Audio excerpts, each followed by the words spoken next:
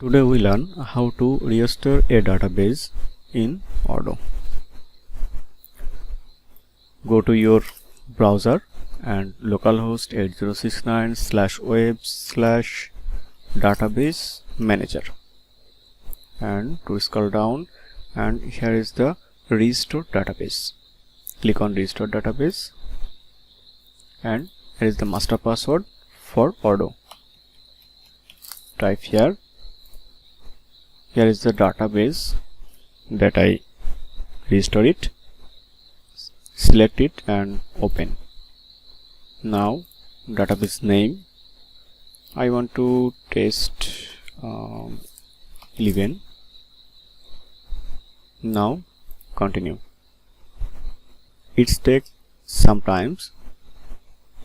Restore done. Now you can see test 11. Select this database, click on this, and now you can log in this database. If you new my channel, don't forget subscribe my channel, like, share and comment. Thanks for watching.